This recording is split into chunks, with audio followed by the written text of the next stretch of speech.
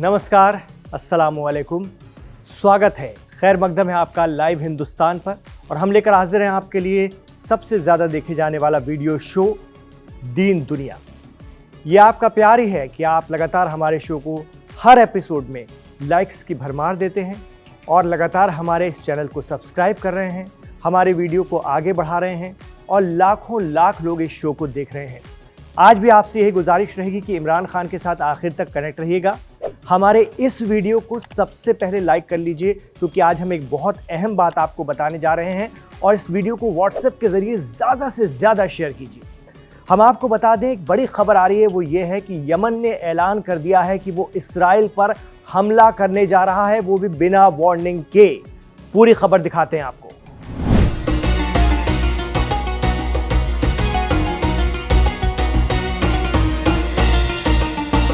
ये यमन है, अदन की खाड़ी के करीब एक बेहद अहम और खूबसूरत मुल्क, जहां का हौसी कबीला सब कुछ गंवा सकता है लेकिन अपनी इज्जत, वकार, मजहब, ईमान और कल्चर से कोई समझौता नहीं, कोई भी समझौता नहीं।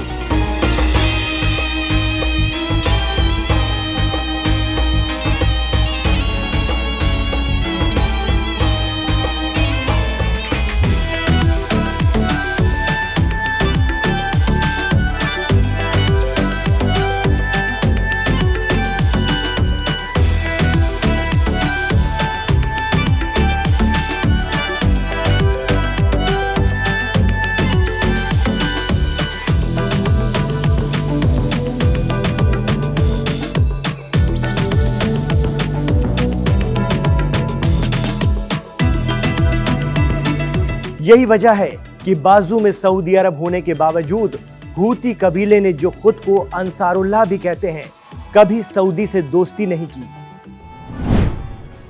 ये लड़ाई सिर्फ तेल, पावर और समंदरी रास्ते की नहीं है, बल्कि ऐसा लगता है कि इन जैदी जंगजुओं ने अपने ईमान पर जरा सी भी आंच न आने देने का फैसला कर लिया है।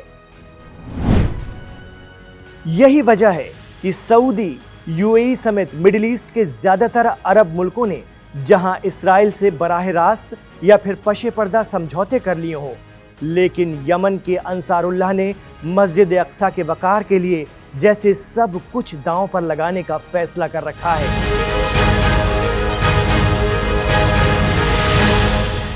यही कारण है कि साल 2014 से यमन के बहुत बड़े हिस्से पर हुकूमत चला रहे अंसारुल्लाह ने ना तो कभी इसराइल, अमेरिका, ब्रिटेन और सऊदी से बात करने की कोशिश की और ना ही दिगर अरब आइडियोलॉजी, खासकर वहाबियत को खुद के यहां हावी होने दिया। तो हौसी या अंसारुल्लाह के जंगजू मानते हैं कि उनका अपना कबीलाई कल्चर उन्हें दीन, दुनिया, कौम, मुल्क और मिल्लत की सही खिदमत करने का मौका फराहम करता है।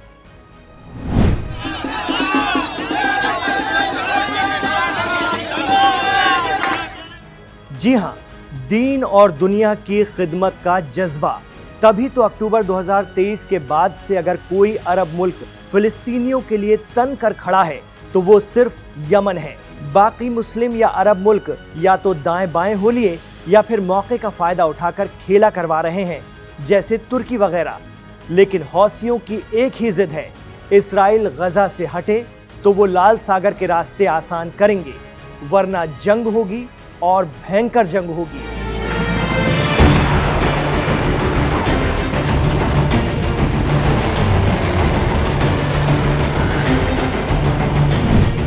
तो सोशल मीडिया पर हौसियों की तरफ से चल रहे दावों को अगर सही माने तो हौसी मिलिट्री ने यह ऐलान कर दिया है कि उन्होंने इसराइल के खिलाफ ईरान के साथ मिलकर के जंग करने के मामले में एक समझौता कर लिया है, एक पैक्ट कर लिया है।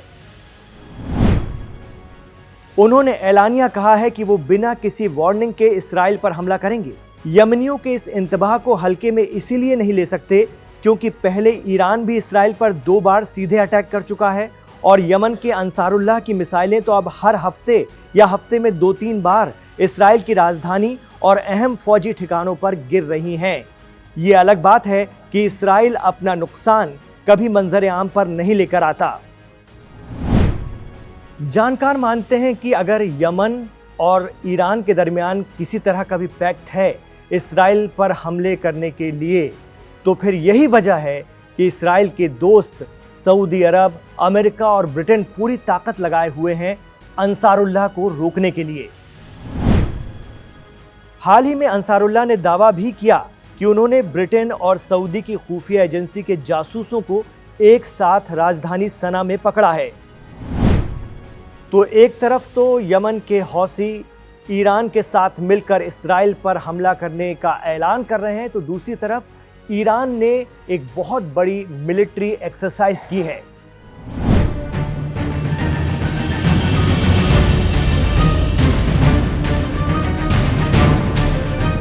मीडिया रिपोर्ट्स के मुताबिक ईरान ने हाल ही में सेंट्रल इलाके में मुकीम नतांज न्यूक्लियर फैसिलिटी के पास ये हवाई मशक शुरू की है। खुद पर न्यूक्लियर थ्रेट और अमेरिका और इस्राइल के जरिए किए जा सकने वाले हवाई हमलों के खतरे के मद्देनजर ईरान ने ये मशक कर अपनी ताकत का एहसास कराया है।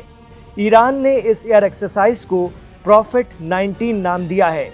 ईरान को खदशा है कि अमेरिका और इस्राइल मिलकर उनके न्यूक्लियर ठिकानों को निशाना बना सकते हैं।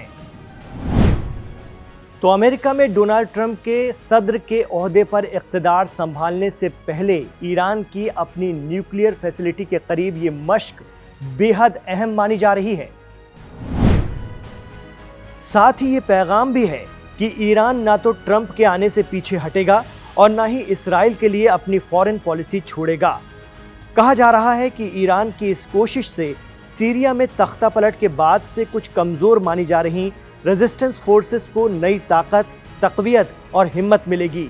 इसमें हिज़्बुल्लाह, हश्द-उश-शाबी, अल-अश्तर ब्रिगेड, हमास और दीगर मुकावमत तंजीमें शामिल हैं, जिन्हें ईरान खुलकर मदद करता है।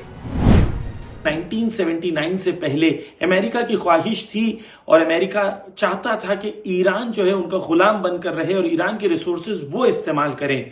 लेकिन 1979 में जब इनकलाब आया तो इनकी ये ख्वाहिश जो है वो खाक में मिल गई। और कहते हैं जिस तरीके से जिमी कार्टर कब्र में चले गया इस तमन्ना को लेते हुए, उसी तरीके से अमेरिका की तमाम ख्वाहिशें इसी तरीके से कब्र में दफन हो जाएंगी। दूसरी पॉइंट आयतुल्लाह खामेनी ने ईरान के लिए कहा, और ये तमाम कंट्रीज के लिए लेसन है कि उन्होंने कहा कि आपकी कंट्री के जो लोग हैं वो आपको वोट देते हैं इसलिए ताकि आप अपनी कंट्री के फायदे के लिए डिसीजंस लें। और अपने प्रेसिडेंट की तरफ इशारा करते हुए उन्होंने कहा कि कोई भी डिसीजन लेते वक्त अमेरिकन इंटरेस्ट और जायनिस्ट और इजरायली इंटरेस्ट आपके जहन में नहीं होना चाहिए। आपके जहन में यह होना चाहिए कि ईरान के लिए बेटर क्या है और हमारे मुल्क के लिए बेटर क्या है। वहीं यमन की आक्रामकता बता रही है कि वो ईरान के साथ मिलकर इस्राइल के खिलाफ कोई बड़ा कदम उठा सकता है। अब्दुल मलिक अल हूसी ने एक बहुत अच्छा पैगाम दिया। उन्होंने कहा कि हमें अमेरिका ने एक पैगाम पहुंचाया और पैगाम पहुंचा के कहा कि देखो तुम्हारे लिए बहुत बड़ी पनिशमेंट होगी अगर तुमने इजराइल पर हमला किया। हमने उस वक्त अपने आप से एक सवाल किया, वो सवाल ये था कि ये पनिशमेंट जो अमेरिका हमें देना चाहता है वो बड़ी है या रोजे कयामत जो खुदा हमें पनिशमेंट देगा वो बड़ी होगी। और हम इस नतीजे पे पहुंचे कि जो पनिशमेंट खुदा देगा रोजे कयामत वो बड़ी होगी। और ये हम अमेरिका को खुल के कहना चाहते हैं कि जब तक गाजा आजाद नहीं हो जाता तब तक हम गाजा की आवाम के साथ खड़े रहेंगे और ये हमले उन पर जारी रहेंगे। तो ये था आज का दीन दुनिया शो। आपको कैसा लगा हमें कमेंट बॉक्स पर ज़रूर बताइए और इसके हवाले से आपके क्या राय, मशवरे और तासुरात हैं, हमें उनका इंतज़ार रहेगा। आप जुड़ चुके हैं भारत के सबसे कदीम और भरोसेमंद हिंदुस्तान टाइम्स के साथ, हिंदुस्तान टाइम्स के डिजिटल प्लेटफॉर्म लाइव हिंदुस्तान के साथ। हमें यूं ही अपना प्यार और भरोसा देते रहिएगा। इमरान खान के साथ आखिर तक जुड़ने के लिए बहुत शुक्रिया। अपना ख्याल रखिएगा और अपनी दुआओं में हमें याद रखिएगा।